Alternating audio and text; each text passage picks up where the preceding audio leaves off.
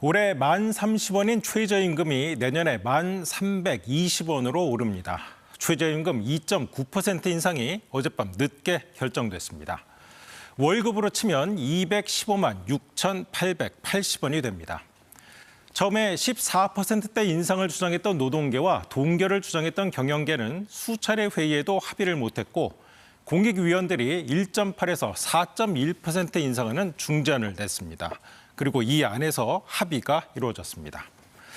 표결이 아닌 합의로 최저임금이 결정된 건 17년 만입니다. 다만 민주노총은 제시된 인상률이 너무 낮다고 반발하며 합의에 참여하지 않고 회의장을 나갔습니다. 이 최저임금에 영향을 받는 노동자는 300만 명에 가깝습니다. 자영업자와 노동자에게 미칠 광범위한 영향을 박경준 기자가 취재했습니다. 이번에 정해진 내년도 최저임금 인상률은 역대 정권 첫 해 결정된 것 중 가장 낮습니다. 20년 동안 과거 정부에서 5%대 아래가 없었던 것과 비교해보면 더 두드러집니다. 관례이던 정부 첫 해 최저임금 허니문이 실종됐다는 평가. 자영업과 소상공인 위기가 우선적으로 고려됐다는 분석이 나옵니다. 하지만 영세 자영업자들 이마저도 부담스럽다는 입장입니다. 임금비 때문에 사람을 장사도 안 되고 해서 그냥 줄였어요, 한 사람은. 그래가지고 제가 이제 바쁠 때 대타로 하는 거죠. 최저임금 오르는 만큼 자영업자 입장에서는 그만큼 소득이 늘지 않는데 계속 비용만 늘어나니까 폐점이 많은 거죠. 최저임금 가깝게 받는 노동자들 반응은 정반대입니다. 최소 한 5, 6시간 이상은 하잖아요. 어디서 일을 하든.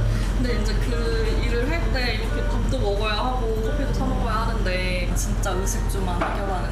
물가 상승폭도 전혀 못 따라가고 있으니까 올라도 더 마이너스죠. 오히려 월급이 깎이는.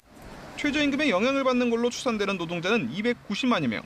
특수고용 노동자를 분류돼 이마저도 적용 못 받는 업종 노동자에게도 최저임금 인상률은 중요합니다. 최저임금이 정해지면 그 이상 안 주거든요. 딱 그만큼만 주기 때문에 최저임금이 대폭 올라야. 일할 사람 구하려면 지금도 최저임금보다 많이 줘야 한다며 제도가 의미 있냐는 반박도 나옵니다.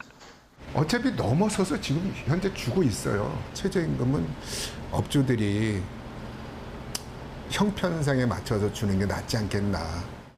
지금의 최저임금 결정 제도가 영세 자영업자와 최저임금 노동자, 을 대 을의 갈등만 키우는 만큼 개선이 필요하다는 지적도 제기됩니다. KBS 뉴스 박경준입니다.